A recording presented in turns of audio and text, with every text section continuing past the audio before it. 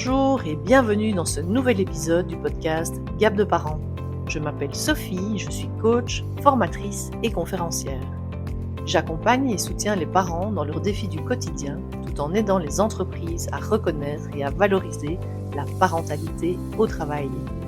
Ici, un mercredi sur deux, nous explorons sans filtre, en solo ou en duo, les écarts entre les idéaux et la réalité parentale pour vous aider à comprendre, à naviguer dans votre vie de parent et à grandir à chaque étape de cette magnifique et ô combien challengeante aventure. Je vous embarque avec moi?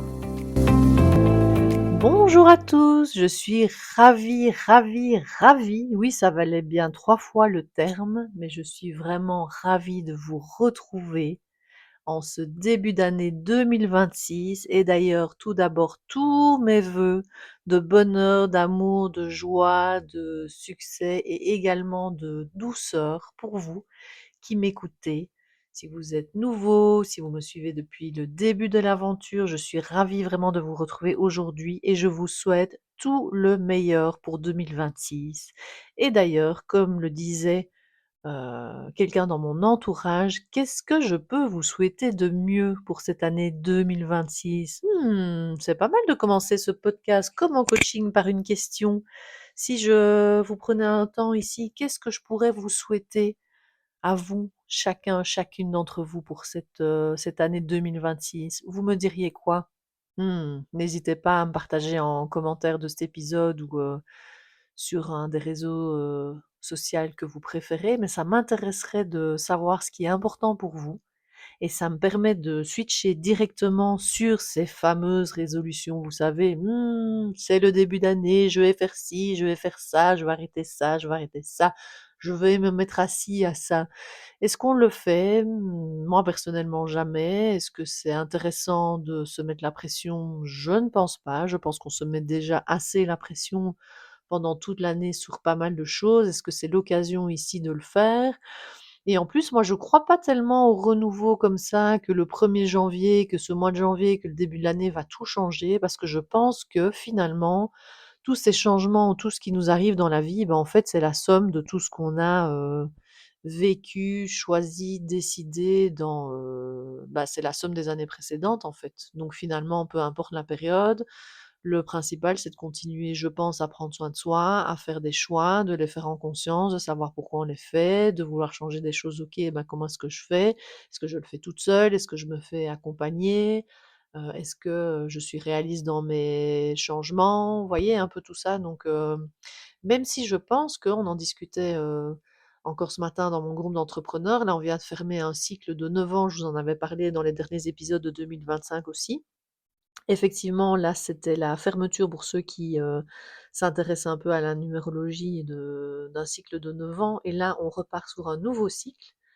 Mais comme, mon amie chère à mon cœur que vous connaissez si vous suivez le podcast, Cinzia nous partageait un article qu'elle avait lu sur le fait que, ben, OK, même si on commence là un nouveau cycle, c'est pas pour ça que tout va arriver non plus en 2026, hein, les gars. Donc, 9 ans de nouveau, bah, ce sont des choses qui prennent du temps. Par contre, commencer à réfléchir, savoir ce qu'on veut, vers où on veut aller, qu'est-ce qu'on veut faire en termes de, je sais pas moi, projet, professionnel, par rapport à sa famille, par rapport à son couple, par rapport à toutes ses relations.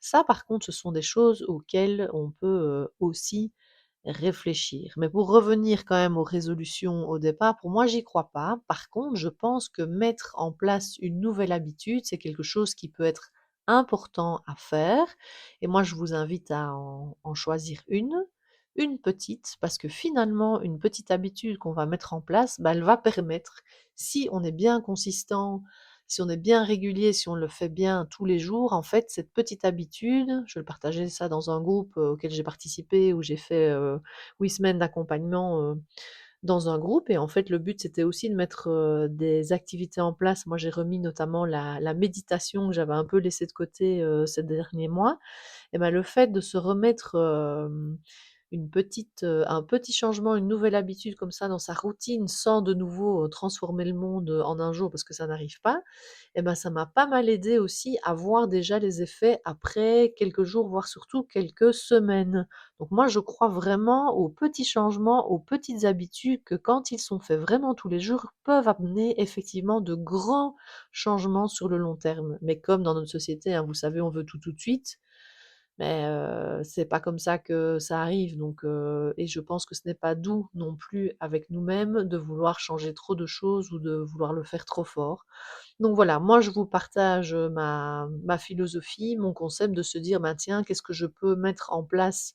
Un petit changement, une petite nouveauté, peu importe, mais que ce soit doux, respectueux vis-à-vis de moi-même, de mon emploi du temps, de mes possibilités et que ça puisse m'apporter surtout un changement sur le long terme. C'est quand même ça qui est important. Et comme je vous bassine souvent les oreilles avec ça, c'est surtout vous poser la question de pourquoi vous voulez mettre en place ce petit changement. Parce que chaque fois que vous aurez envie de faire autre chose ou que votre to-do list, hein, cette fameuse to-do list, vous savez, interminable que nous avons chacun, chacune, c'est chaque fois se ramener à ce pourquoi je fais cette petite action tous les jours. Et quand on se rattache à ce pourquoi, et si ce pourquoi est vraiment réel et qui peut vous amener vraiment quelque chose de positif dans votre vie, en fait, peu importe la to-do list, peu importe le moment, peu importe la journée, vous trouverez toujours ce temps pour faire ce que vous avez décidé de faire tous les jours. Vous voyez ce que je veux dire? C'est vraiment important, toujours, oui, tu vas me dire: «Mais Sophie, tu nous rabâches les oreilles». Mais oui, mais c'est important de revenir à toujours au pourquoi on fait les choses. C'est ça le plus important et ça nous permet aussi de ne pas subir ces choses quand on sait pourquoi on le fait. Et j'ai envie de vous dire, donc je vous avais dit une petite chose et surtout n'en mettez pas 5. Pour moi, ça n'a aucun sens. Par contre, quand après quelque temps on voit que ça fonctionne et que c'est devenu, une habitude et qu'elle est ancrée, pourquoi pas mettre autre chose? Mais pour moi, n'oubliez pas, on peut faire beaucoup de choses, on peut tout avoir, mais pas tout en même temps. OK? Donc, de nouveau, ça sert à rien de se submerger de nouvelles choses, de nouvelles résolutions, de nouveaux changements parce que c'est pas tenable dans le temps et soyons doux et douces avec nous-mêmes, s'il vous plaît, s'il vous plaît, s'il vous plaît. Et ça m'amène aussi au point suivant que, OK, c'est le début de l'année, OK, soi-disant, on est reparti dans les starting blocks ici, début de semaine, mais les gars, regardez dehors, on est en plein hiver. D'ailleurs, on a, je sais pas si je vais dire de la chance, mais on a, on va dire, un hiver ou une partie d'hiver blanc qui nous montre quand même que nous sommes dans une saison froide, une saison qui normalement incarne le repos, la réflexion et vraiment se poser pour pouvoir planter les choses, pour les réflexions en tout cas pour la suite. Mais en fait, nous, occidentaux, pour nous, le nouvel an c'est maintenant, le renouveau c'est soi-disant maintenant. Mais vous savez que moi, je m'intéresse de plus en plus aussi à tout ce qui est chronologie des saisons, qui est beaucoup plus respectueux de notre corps aussi. Et ne serait-ce que par exemple le nouvel an chinois, finalement, ce n'est que mi-février, d'accord? Donc à nouveau, prenez le temps. Voilà, on redémarre, on recommence à travailler, les enfants sont retournés à l'école. Mais est-ce qu'on est obligé de recommencer dans les starting blocks, même si on a mis qu'une nouvelle chose en place? Moi, j'ai envie de vous dire non. En tout cas, moi, c'est pas ça que j'ai envie de suivre. J'ai déjà fait ça l'année passée et ça m'a quand même apporté énormément de bienfaits. C'est-à-dire se dire respecter aussi le rythme de la nature de notre corps. Nous sommes en hiver et donc moi personnellement, je suis toujours en période un peu d'hibernation, c'est-à-dire que oui, bien sûr, je sors tous les jours. Par contre, je vais dormir plus tôt en ce moment. Je privilégie pas spécialement toujours les activités le soir. Si j'ai la possibilité de les faire pendant la journée, ben, je les fais plutôt pendant la journée que le soir. Et il y a d'autres habitudes aussi, manger chaud, boire chaud, vous voyez, rester vraiment dans ce et être vraiment dans la réflexion, toujours réfléchir à qu'est-ce que 2025 ou les années précédentes nous ont apporté, qu'est-ce que ça, à quoi ça me fait penser, qu'est-ce que j'ai envie pour la suite, sans tout directement se remettre en action, mais d'être plutôt dans la réflexion, dans l'écoute de soi, de ses pensées, n'y restez pas trop dans vos pensées. D'ailleurs, c'est important parce que quand on est trop dans ses pensées, eh ben, on part dans des délires de l'ego, j'en ai déjà parlé, et après on fait plus rien, c'est pas le but. Mais par contre, observez-vous comment vous vous sentez dans telle ou telle activité. Est-ce que j'ai justement envie de redémarrer quelque chose? Est-ce que, les personnes que je vois régulièrement, me correspondent? Qu'est-ce qu'elles me font? Comment est-ce que je me sens, dans ma famille, dans mon couple, avec certaines personnes, dans mon travail, avec mon manager, avec mon responsable? C'est un moment vraiment pour, moi j'ai l'impression qu'on est vraiment plus dans le ressenti, la réflexion et la projection, plus que dans l'action. D'accord? Et plus on lit vraiment sur ce respect des saisons, plus on se rend compte que c'est là-dedans, en fait. Vous voyez, l'hiver, on est vraiment dans l'introspection. Et donc moi, j'avais envie de vous inviter aussi dans cet épisode à être doux et douce avec vous-même, de ne pas repartir dans les starting blocks trop vite. Ne vous inquiétez pas, vous aurez tout le temps de le faire après. Alors on n'a pas toujours la possibilité de se poser par rapport au travail que l'on a, la vie que l'on a, bien sûr, et en même temps, on est tous responsables de notre quotidien et comment on aménage nos vies, que ce soit au niveau professionnel, on a quand même toujours une possibilité, une part de choix en tout cas, et dans le reste aussi de notre vie, bah, c'est nous qui sommes responsables de comment on s'organise, comment on la vit, à quelle intensité, et si effectivement vous trouvez que vous êtes trop dépendant des autres ou d'un cadre de je ne sais pas quoi, bah, c'est peut-être le moment aussi d'observer ça, de réfléchir à ça et de lire autour de ça, j'en sais rien, mais on est vraiment dans cette période de réflexion, d'introspection et on ne va pas trop vite, s'il vous plaît. Prenez soin de vous, c'est important. Vous savez bien, on n'est pas dans des périodes de sprint, nous sommes dans des marathons, que ce soit pour nos vies, notre parentalité, nos vies de couple, notre travail, tous les pans de notre vie finalement. C'est du marathon permanent, c'est pas des sprints. Donc s'il vous plaît, prenez soin de vous. Et finalement, le temps, j'ai vu une super belle carte ce matin, en fait, le temps est notre allié et c'était une magnifique femme qui donnait à boire à une plante qui était en train de faire des magnifiques grandes feuilles. Mais tout ça, ça prend du temps. Donc s'il vous plaît, prenez soin de vous, prenez le temps et soyez doux avec vous-même. Je sais que ce n'est pas du tout ce que la société nous renvoie par rapport à ce démarrage d'année. Il faut faire ci, il faut faire ça, on y va, on y va. Je dis pas qu'il faut suivre à la lettre ce que je dis, hein, parce que chacun sa vision, chacun sa vie, mais moi je suis là aussi, vous savez, ce podcast est là pour vous partager mes réflexions, de la sensibilisation autour des sujets qui me parlent, et je pense que c'est important de se poser un peu et d'aller un peu à contre-courant, ou en tout cas en questionnement de ce que la société nous impose, et on est clairement dans un rythme et dans une culture industrielle où on doit toujours produire, travailler, et toujours à un rythme constant, voire augmenté tout le temps. Et donc l'idée ici, c'est vraiment de vous écouter, écouter vos corps, regarder la nature, s'en inspirer.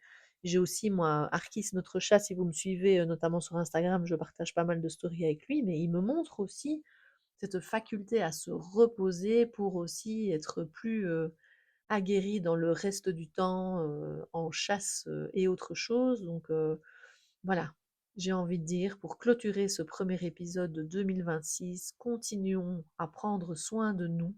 Le temps est notre allié et moi, je vous invite vraiment à observer, que ce soit, à l'intérieur ou à l'extérieur, et pour le moment, on est vraiment dans du doux, dans du repos et dans de l'introspection. Moi, je vous invite à soit de continuer si vous êtes déjà dedans ou à tester.